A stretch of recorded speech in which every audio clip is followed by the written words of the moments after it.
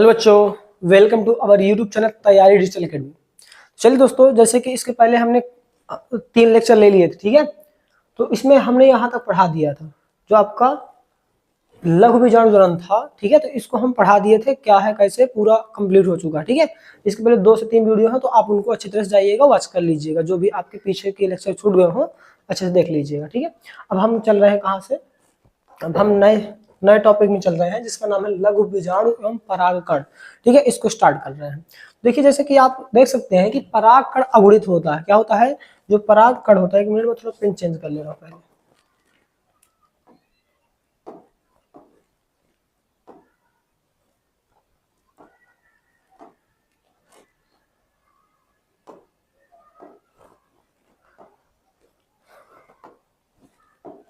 हाँ देखिए, जो आपका क्या है परागकण है, तो परागकण क्या होता है? अवृत होता है। यह 2 आवरणों से ढका होता है, ठीक है। ये जो कितना होता है 2 आवरणों से, देखो एक अंदर आप देख सकते हैं और एक बाहर देख सकते हैं, ठीक है। 2 आवरणों से क्या होता है? ढका होता है, ठीक है। बाह्य आवरण क्या होता है? कठोर होता है। जो भी बाहरी चीज होती है, जैसे ये बाहरी आवरण है, ये आपको दिख रहा है, तो क्या होता है? कठोर होता है। इसे हम क्या कहते हैं? बाह्य चोल के नाम से जानते हैं, ठीक है। और साथ ही साथ देखो खुरदुरा बताया जा रहा है कि खुरदुरा होता है, ठीक है।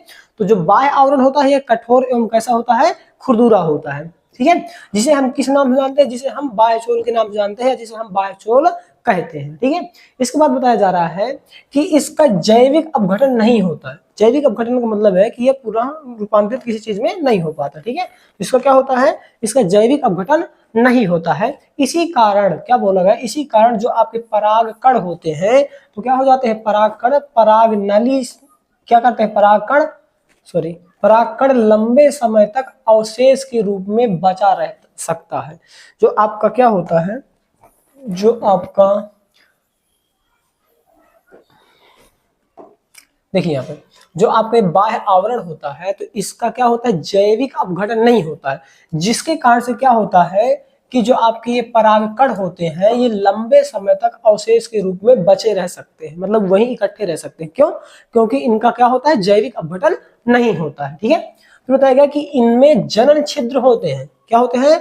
इनमें जनन छिद्र होते हैं, जिनके द्वारा पराग नली निकलती है। जिनके द्वारा क्या निकलती है? जिनके द्वारा पराग नली निकलती है। जिनके द्वारा क्या निकलती है? पराग नली निकलती है। फिर बाह्य चोल के नीचे पतली व कोमल, ठीक है, अंतःचोल होती है। यह पेक्टोसेलुलोज से बनी होती है। किससे बनी होती है? पेक्टोसेलुलोज से बनी होती है, ठीक है। सेलुलोज का ही पार्ट है क्या? पेक्टोसेलुलोज, ठीक है। तो किससे बनी होती है? यह पेक्टोसेलुलोज से बनी होती है। अब आप यहाँ पे देख सकते हैं कि देखिए, ये देख रहे हैं, ये बाह्य चोल है, और बाह्य चोल ये कैसी है? ये कठोर है। कैसी है? कठोर है। और दूसरी बात क्या है कि ये खुरदुरा होती है। क्या होती है? खुरदुरा होती है। और इनका क्या होता है? इनका कभी भी इसका कभी भी जैविक अपघटन नहीं होता। क्या नहीं होता? जैविक अपघटन नहीं होता है। क्या नहीं होता भाई? जैविक अपघटन नहीं होता, जिसके कारण से क्या होता है? ये जल्दी निकल नहीं पाते हैं, और ये क्या कर सकते हैं? कभी कभी बहुत लंबे समय तक क्या रहते हैं? वहीं पर इकट्ठे रहते हैं, ठीक है, मतलब बचे रह सकते हैं, ठीक है। इकट्ठे भाई, इकट्ठे, ठीक है, इकट्ठे रह सकते हैं। बात समझ में आ गई होगी इतनी, ठीक है। अब आप क्या करिएगा, आपको चित्र दिख ही रहा होगा। अब आप यहाँ पे देख सकते हैं क्या क्या है। देखिए, ये बाह्यचोल हो गया। ये आप यहाँ पे देखो देख रहे हैं, तो ये क्या होती है? ये कोमल होती है। कोमल का मतलब कि ये मुलायम होती है, नर्म होती है, ठीक है। इसको हम क्या बोलते हैं? अंतःचोल के नाम जानते हैं।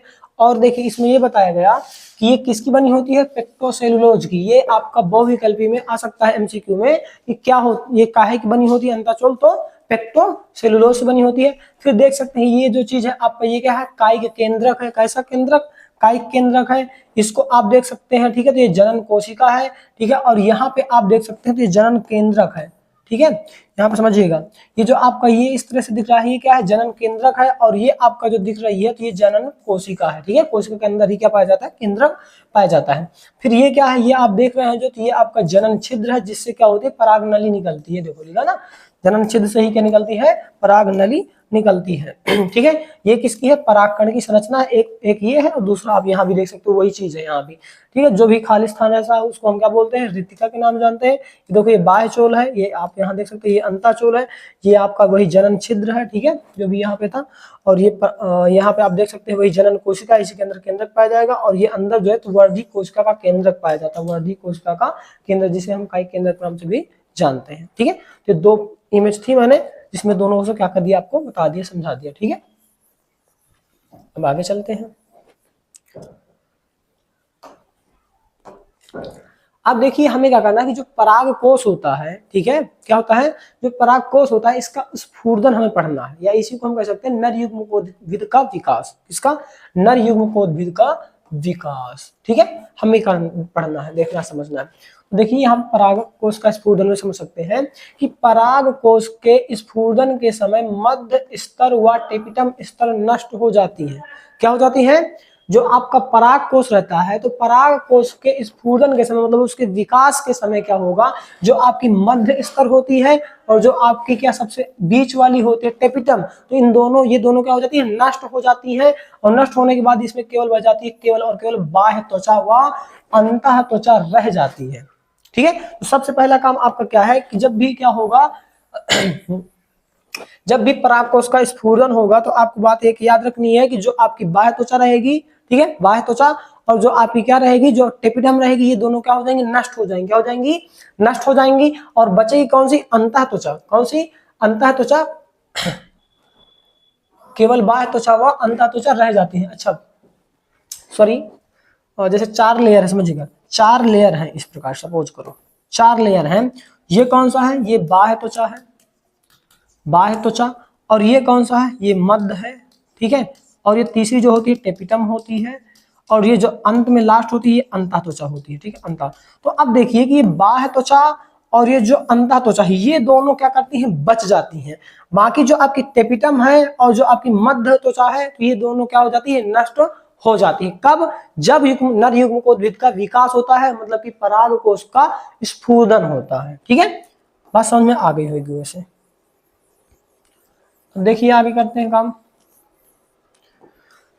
फिर बताया गया आपको कि जब स्फुरदन होता है तो स्फुरदन के समय अंतः त्वचा की कोशिकाएं सिकुड़ जाती हैं। जो अंतः त्वचा होती है उसकी जो कोशिकाएं होती हैं वो क्या हो जाती हैं, सिकुड़ जाती हैं, जिससे बाह्य त्वचा पर तनाव उत्पन्न होता है। जिससे क्या होगा, बाह्य त्वचा पर तनाव उत्पन्न होगा, जिसके कारण से पराग कोष स्टोमियम वाले स्थानों से फट जाती है। जो पराग कोष जो होता है तो फट जाता है, जाती है नहीं होना चाहिए, जाता है। ठीक है, सॉरी। तो यहाँ पे क्या है कि जिसके कारण से जो आपका पराग कोष रहता है वो स्टोमियम से, कहां से, स्टोमियम से, मतलब स्टोमियम वाले स्थानों से क्या हो जाता है, फट जाता है। मतलब जो पतले स्थान होते हैं वहां से क्या हो जाता है, वो फट जाता है। ठीक है, और फटने के बाद फिर क्या होता है, दोनों पराग धमनियों में स्थिर परागकण, जो भी दोनों पालियों में जो परागकण होते हैं, तो दोनों धमनियों में, पराग धमनियों में स्थित जो परागकण होते हैं वो क्या करने लगते हैं, धीरे धीरे बाहर आने लगते हैं। ठीक है, फिर क्या होता है, इसे ही पराग कोष का स्फुरदन कहते हैं। मतलब जो पूरी घटना होती है इसे हम क्या कहते हैं, इसे पराग कोष का स्फुरदन कहते हैं। क्या कहते हैं, पराग कोष का स्फुरदन कहते हैं। ठीक है, अब एक बार फिर समझा दे रहा हूं आपको। देखिए आपसे ये बताया गया कि 4 हैं, 1 2 3 4। ठीक है, ये 4 रहती हैं और इन्हीं में क्या होता है कि ये इस तरह से, मान लो सपोज करो कि इस तरह से ये बना रहता है। ठीक है, इस तरह से बना रहता है। ठीक है, अब यहाँ पे देखना है आपको कि जो ये बाहरी वाली होती है और जो ये क्या अंतः वाली होती है, तो ये दोनों बच जाती हैं। और जो आपकी ये मध्य त्वचा होती है और जो टेपिटम होती है, दोनों क्या हो जाती है, फट जाती है। फटने के बाद क्या होता है कि जो आपकी अंतः क्या होती है, जो अंतः त्वचा होती है, तो अंतः त्वचा की जो क्या होती है, कोशिकाएं होती हैं, तो वो क्या होने लगती है, धीरे धीरे सिकुड़ने लगती है। जब ये सिकुड़ने लगेंगी तो क्या होता है कि जो बाहरी त्वचा होती है आपकी, तो इसमें क्या आने लगता है, इसमें आपका वो आने लगता है, क्या, तनाव होने लगता है। क्या होने लगता है, तनाव आने लगता है, जिसके कारण से जहां भी ये जो बाह्य त्वचा है, जहां भी ये पतली होगी, क्या होगी, जहां भी ये पतली होगी, जिसको हम क्या बोलते हैं, स्टोमियम बोलते हैं, तो वहां से फट जाएगी। क्या हो जाएगी, फट जाएगी। क्यों, क्योंकि अंदर वाली जो त्वचा है, अंतः त्वचा है, वह सिकुड़ रही है। और सिकुड़ने के बाद फिर क्या हो रहा है सिकुड़ने के बाद जो आपकी बाह्य त्वचा है, बाह्य त्वचा क्या होने लगती है, बाह्य त्वचा में तनाव आता है। तनाव आने के पश्चात जहां भी वो पतली है, जहां भी स्टोमी वाले स्थान है, वहां से क्या होने लगता है, वहां से ये फट जाती है, और फटने के बाद जो भी दोनों पालियों में, दोनों धमनियों में, पराग धमनियों में क्या रहते हैं, परागकण रहते हैं, ये वहीं से क्या होने लगते हैं, बाहर निकलने लगते हैं। इसे ही क्या कहा जाता है, इसे ही परागकोश का स्फुरदन कहते हैं। क्या कहते हैं, इसे ही परागकोश का स्फुरदन कहते हैं। ठीक है, इतना क्लियर हो गया होगा। अब आगे चलते हैं। देखिए इंपॉर्टेंट है, आप याद कर लीजिएगा इसे। फिर देखिए आपको बताया गया कि नर युग्मकोद्भिद का विकास, ठीक है, वही चीज आगे थोड़ा सा बताना आपको कि परागकोश से स्वतंत्र होने से पूर्व ही पराग कणों का अंकुरण हो जाता है। क्या बताया गया इसमें कि परागकोश से स्वतंत्र होने से पूर्व ही, जस्ट निकलने से पहले, ठीक है, क्या हो जाता है कि पराग कणों का अंकुरण हो जाता है। क्या हो जाता है, अंकुरण हो जाता है। इस क्रिया में सर्वप्रथम परागकण का केंद्रक समसूत्री विभाजन द्वारा एक छोटा तथा एक बड़ा दो केंद्रकों में विभाजित हो जाता है। क्या बताया गया कि जो ही ये निकले तो निकलने के पहले ही इनमें अंकुरण हो जाएगा, और अंकुरण के कार्य इसमें क्या होता है कि दो केंद्रक बनेंगे, जो कि क्या रहेगा, एक बड़ा रहेगा और एक छोटा रहेगा। क्या रहेगा, एक बड़ा रहेगा। देखो केंद्रक क्या होता है, परागकण का केंद्रक समसूत्री विभाजन करता है, जिसके कारण से वह एक छोटा एवं एक बड़ा दो केंद्रों में क्या हो जाता है, विभाजित हो जाता है। बड़े केंद्रक को वर्धी केंद्रक के नाम से जाना जाता है, और छोटे केंद्रक को क्या कहते हैं, जनन केंद्रक के नाम से जाना जाता है। ठीक है, फिर परागकणों का आगे का विकास मादा पुष्प के स्त्री केसर के वर्तिकाग्र पर होता है। मतलब इतना कहाँ होगा, परागकोश से जो ही निकलेंगे तब इतना हो जाएगा। इसके बाद जब ये मादा जनांग में जब पहुंचेंगे, मतलब वर्तिकाग्र में पहुंचेंगे, तो वर्तिकाग्र में ही फिर इनका आगे क्या होगा, विकास होता है। ठीक है, फिर बताया गया कि परागण द्वारा परागकण स्त्री केसर के वर्तिकाग्र पर पहुंच जाते हैं, जहां इनका अंकुरण होता है, जिसे हम क्या कहते हैं, जिसे परागण के पश्चात परिवर्धन कहते हैं। जिसे क्या कहते हैं, परागण के पश्चात परिवर्धन, मतलब उसका संरक्षण, आगे जो भी बढ़ना कार्यक्रम है। चलो इसको मैं थोड़ा सा और अच्छी तरह से ब्रीफ कर दूं, समझा दूं पहले। देखिए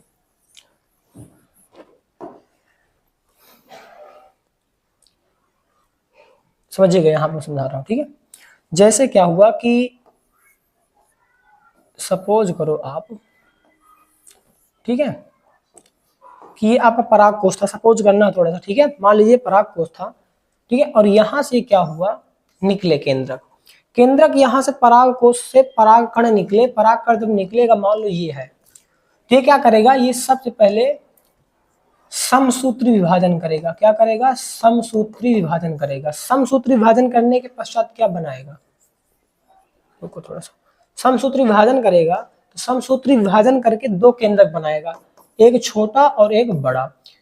क्या बनाएगा, एक छोटा केंद्रक बनाएगा और एक बड़ा केंद्रक बनाएगा। ठीक है, छोटा केंद्रक और बड़ा केंद्रक क्या होंगे, एक बड़ा केंद्रक बना और एक छोटा केंद्रक बना, दो केंद्रक बन गए। अब इसमें बताया गया कि जो क्या होता है, जो बन गया विभाजित हुआ, और बड़े केंद्रक को वर्धी केंद्रक बोलेंगे। जो बड़ा केंद्रक रहेगा इसको हम क्या बोलेंगे, इसको बोलेंगे वर्धी केंद्रक। क्या बोलेंगे, वर्धी, ये वर्धी लिखा भाई, ठीक है, वर्धी लिखिएगा आप थोड़ा सा, वर्धी केंद्रक। ठीक है, वर्धी केंद्रक क्या बोलेंगे, वर्धी केंद्रक। और उसको क्या बोलेंगे, उसको जनन केंद्रक के नाम से जानेंगे। किसके, जनन केंद्रक, इसको जनन केंद्रक के नाम से जानेंगे। ठीक है, ये जो विकास हो रहा है, तो ये परागकोश के जस्ट निकलने से पहले ही हो रहा है। ठीक है, जस्ट निकलने से पहले, यहां से निकला है तो तब ही हो जाएगा, निकलते समय ही हो जाएगा, उसके जस्ट निकलने से पहले हो जाएगा, ये इतना विकास हो जाएगा।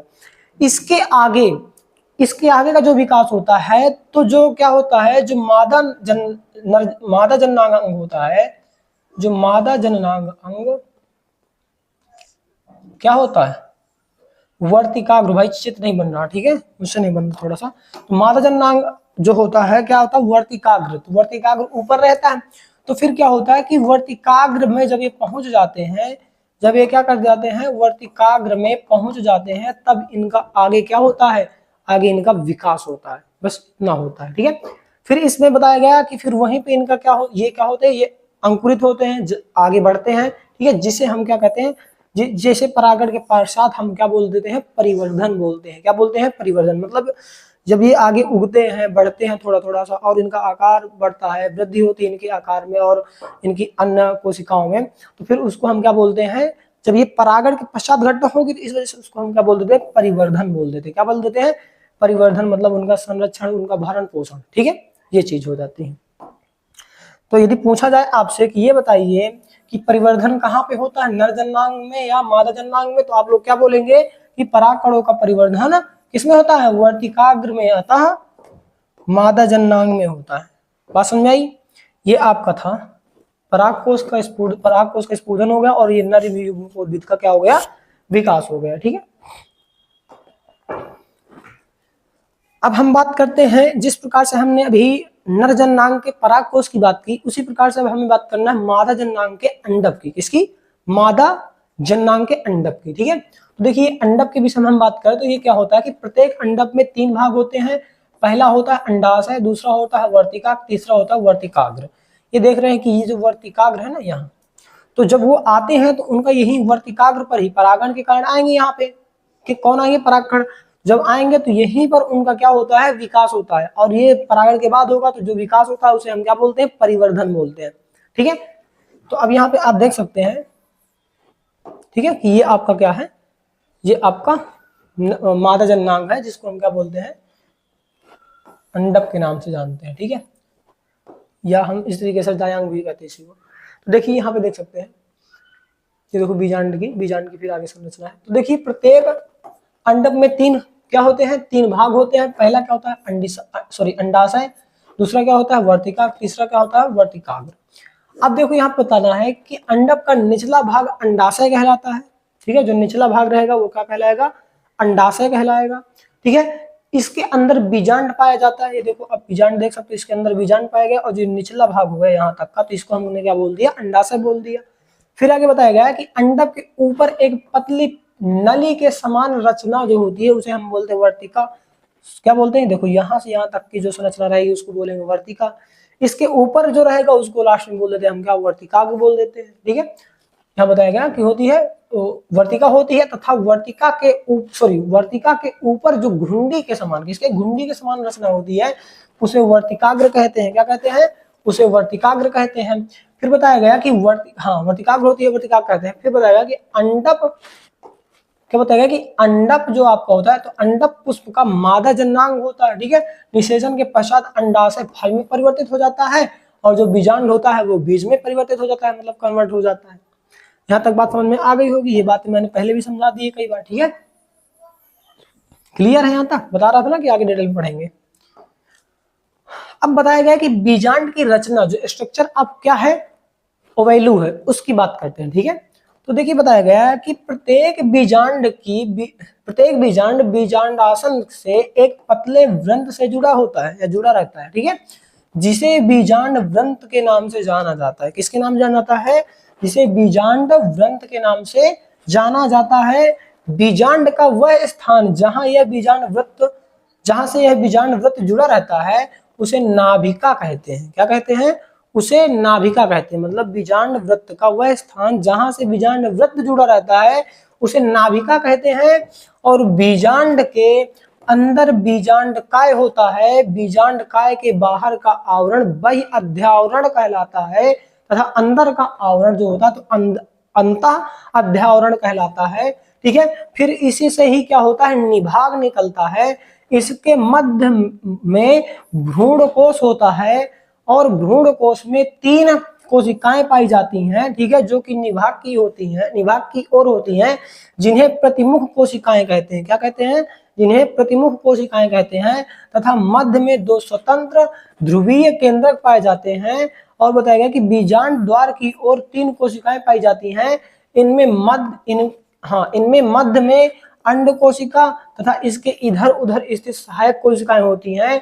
और इन्हें क्या होता है, इन तीनों कोशिकाओं को क्या कहते हैं, सम्मिलित रूप से अंड समुच्चय कहते हैं। क्या कहते हैं, अंड समुच्चय कहते हैं, और ये आपका बीजांड का क्या होता है, चित्र होता है, और इसे हम पूर्ण रूप से क्या बोल देंगे, परिपक्व भ्रूण कोष बोल देंगे। बात समझाई, कोई दिक्कत यहाँ तक? ठीक है, तो आप देखिएगा, एक बार और पढ़ लीजिएगा, आपके पास पीडीएफ है ही, ठीक है, या इसी तरह से अच्छे से, ठीक है। अब इसको आपका करना है, याद कर लेना।